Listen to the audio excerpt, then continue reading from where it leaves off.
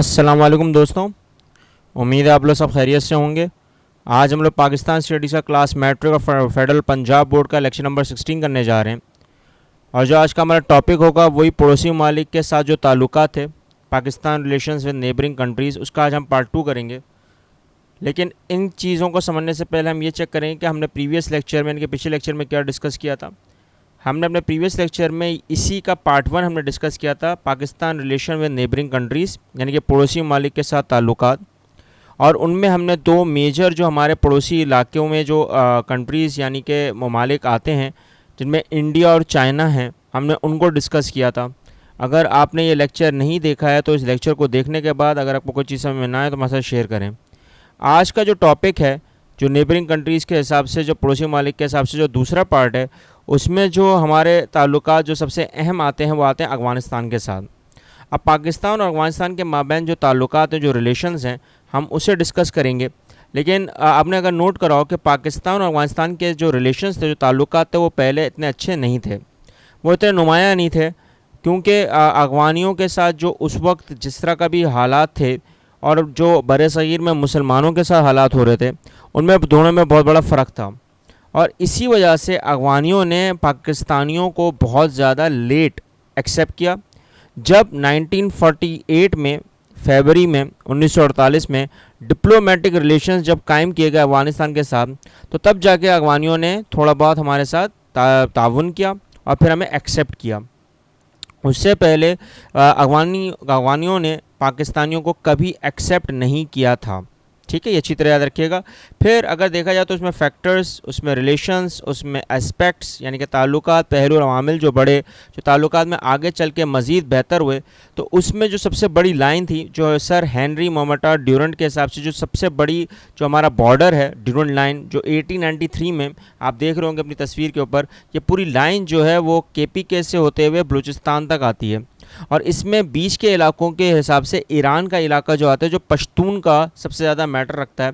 लेकिन अगर आपने यहाँ पे एक नाम सुना हो जो मैंने लिखा अभी है, अफ़गान किंग अमीर अब्दुल रहमान, उनके साथ ये एग्रीमेंट साइन किया था किसने? सर हेनरी मोहम्मद ने 1893 में। लेकिन हमें यहाँ से बॉर्डर चाहिए था, चमन बॉर्डर, और उसी के हिसाब से फिर हम लोग ना ईरान के साथ होते हुए RCD रोड में जाते हैं। तो हमारे को यहाँ से ताल्लुकात कायम करने थे किसके साथ? अफ़गानियों के साथ। क्योंकि अफ़गानिस्तान बेटा देखो समझना कि वो लैंड लॉक कंट्री है। लैंड लॉक का मतलब होता है चारों एतराफ़ में उसके सिर्फ ज़मीन है, ना पानी है। पानी बिल्कुल भी नहीं है, समंदर बिल्कुल भी नहीं है, तो लैंड लॉक कंट्री है। तो एक्सेस ऑफ सी, क्योंकि असल जो चीपेस्ट जो कमर्शियल आपको पड़ता है ट्रेडिंग के हिसाब से, वो सबसे ज़्यादा चीप कौन सा पड़ता है? समंदर का इलाका। आप हवाई जहाज़ से लेके जाओगे ट्रेडिंग के लिए तो सबसे महंगा पड़ेगा, लैंड से होते हुए जाओगे तो दिन ज़्यादा हो जाते हैं। तो सबसे चीप जो पड़ता है और जिसमें ना फ्यूल इतना खर्च होता है, ना दिन इतना खर्च होते हैं, वो कौन सा? समंदरी इलाका।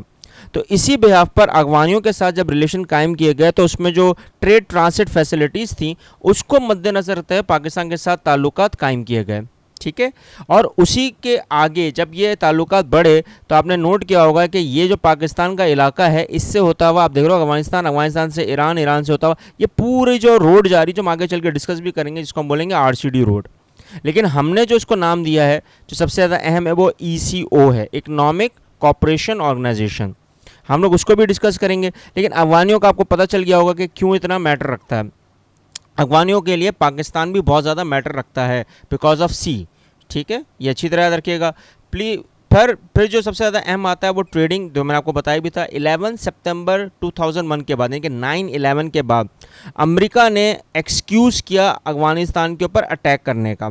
तालिबान गवर्नमेंट जब उस वक्त रिमूव हुई, उसके बाद तो न्यू गवर्नमेंट जब अपॉइंट की गई तो पाकिस्तान के साथ कॉपरेशन सबसे ज़्यादा था, और फिर पाकिस्तान ने ही फाइनेंशियल एड दिया था किसको? अफ़गानियों को। अफ़गानियों के हिसाब से अगर देखा जाए तो $150 मिलियन पाकिस्तान ने दिए एज अ कर्जे के तौर पे, जो नई गवर्नमेंट आई। और वो कौन के बिहाफ पे दिए थे? वो USA के बिहाफ पे दिए थे। लेकिन वही पैसा जब पाकिस्तान के पास आया, पाकिस्तान ने रेफ्यूजी कैंप्स जब दिए, और जब वहाँ पे यहाँ पे सबसे ज़्यादा बड़ा रेफ्यूजी कैंप लगा, तो उसके हिसाब से भी जब अफ़गानियों के साथ ये वादा हुआ, यानी कि प्रॉमिस कॉन्ट्रैक्ट हुआ कि आप हमें भी सपोर्ट करेंगे फाइनेंशियल एड में, हम आपको भी सपोर्ट करेंगे, यानी पाकिस्तान अफगानिस्तान को करेगा और अफगानिस्तान पाकिस्तान को करेगा।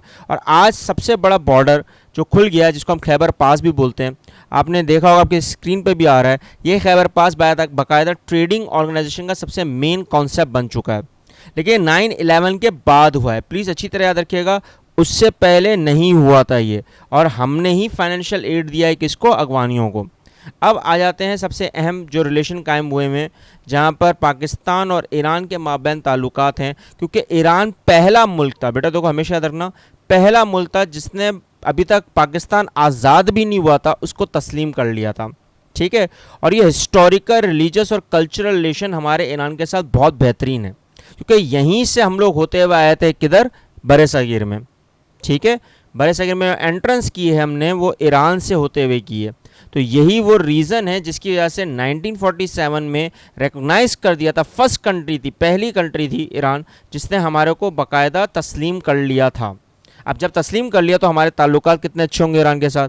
यही वो रीज़न है कि जब हमारे रिलेशन, एक्सपेक्ट्स और फैक्टर्स यानी कि ताल्लुकात, पहलू, अवामिल मिलते हैं, और इसमें जब 1949 में शाह ऑफ ईरान, जब 1949 में जब ईरान विज़िट हुआ, और 1950 में जब ये हमारे साथ ट्रेडिंग कॉन्टैक्ट्स, जो कॉन्ट्रैक्ट्स है वो बहुत ज़्यादा आगे बढ़े, तो उसमें इस्टेब्लिशमेंट में ट्रेडिंग जो सबसे ज़्यादा अहमियत थी उसको हमने दी, और फिर कल्चरल एग्रीमेंट्स यानी कि अपनी सकाफ़त को आगे बढ़ाने में सबसे अहम किरदार अदा किया। और आपने देखा होगा कि बेटा कि सबसे ज़्यादा, सबसे बेहतरीन कारपेट्स और रग्स अफगानियों की और ईरानियों की पाकिस्तान में आती है, और ईरानियों की ही जाती है सऊदी अरब और यूएई।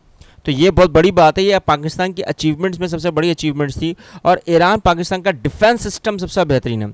और एक जो सबसे बड़ा पैक्ट हुआ, बगदाद पैक्ट, जो पाकिस्तान, ईरान, तुर्की, इराक और ब्रिटेन के दरमियान हुआ, ट्रेडिंग की वजह से, डिफेंस की वजह से, वो सबसे ज़्यादा मैटर रखता था, क्योंकि पाकिस्तान ने रिप्रेजेंट करवाया है किसको, ईरान को।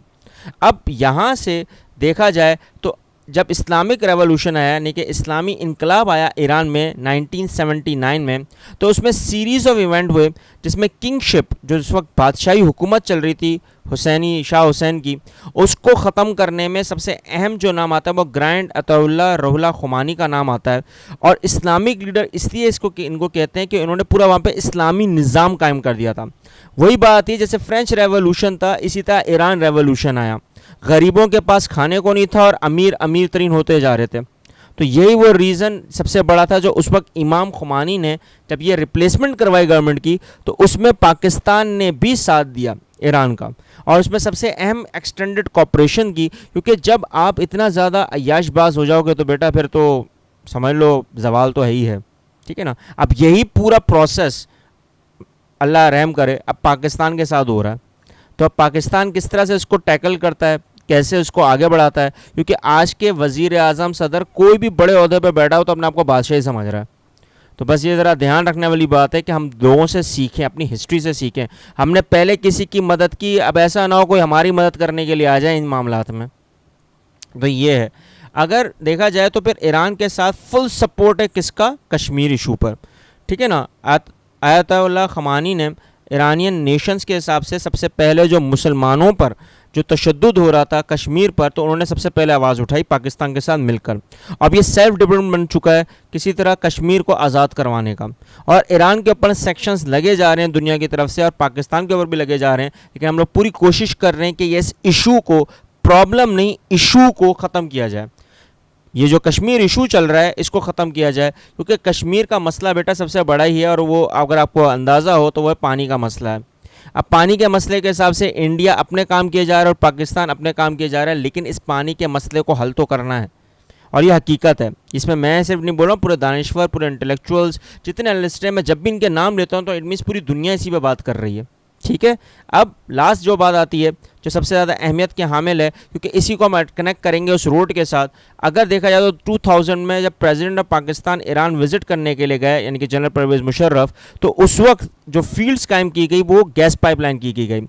और 2013 के जब प्रेसिडेंट उस वक्त आसिफ अली जरदारी थे, वो अगेन ईरान गए। ईरान के बाद पाक ईरान गैस पाइपलाइन का प्रोजेक्ट वापस से शुरू हुआ, और ये एक एनर्जी क्राइसिस की वजह से रिजॉल्व करवाया गया। अभी ये बंद हो गया था लेकिन वापस को आगाज़ कर दिया गया है, और ये अब पाक अफगान ईरान गैस लाइन जो बन गई है, अब उसको वापस से हमने नाम क्या दे दिया, पाक ईरान गैस लाइन।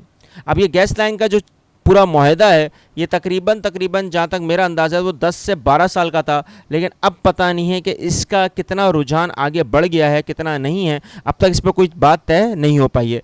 इसी को आगे रखते हुए फिर वो रोड आता है जिसको हम बोलते हैं RCD road, regional cooperation and development organisation. ये रोड पूरे का पूरा पाकिस्तान ईरान पूरा होता हुआ मिडल ईस्ट से गल्फ से होता हुआ कहाँ जाता है, तुर्की में। अब ये पूरा इनलैंड रोड है, यानी कि पूरे का पूरा जो रोड बना हुआ है वो ज़मीन पर बना हुआ है और ये सबसे बड़ा रोड है, ठीक है ना बेटा। अब ये सबसे बड़ा रोड है तो अब यहाँ पे ट्रेडिंग का कॉन्सेप्ट भी बड़ा आ रहा है, क्योंकि यूरोप को पूरा एशिया के साथ और एशिया को पूरा यूरोप के साथ जोड़ने में इस रोड का सबसे अहम किरदार है।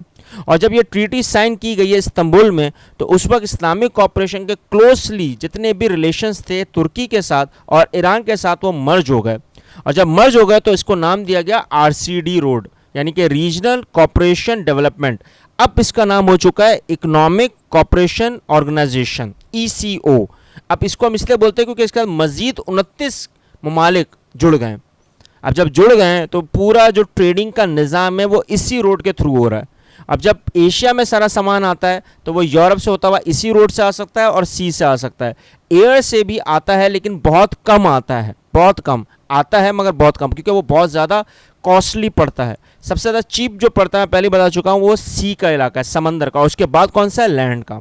तो तीनों तरफ से पाकिस्तान अपनी ट्रेडिंग को जारी रखा हुआ है। अब यहीं से चाइना भी अपनी ट्रेडिंग शुरू करने वाला है, जिसको हमने सीपैक का नाम दिया, जो हमने पिछले लेक्चर में डिस्कस कर चुके हैं।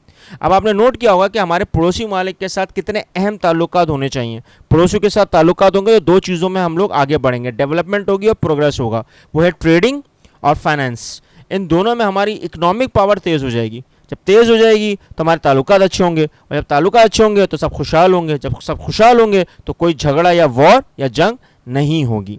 ठीक है, बात समझ में आ गई। अगर आप लोगों को कोई चीज़ समझ में नहीं आई हो तो हमारे साथ शेयर करें, कमेंट करें, और आपको कोई चीज़ तब भी समझ में आ गई जो आपको पता हो वो भी हमारे साथ शेयर करें, कमेंट करें, ठीक है।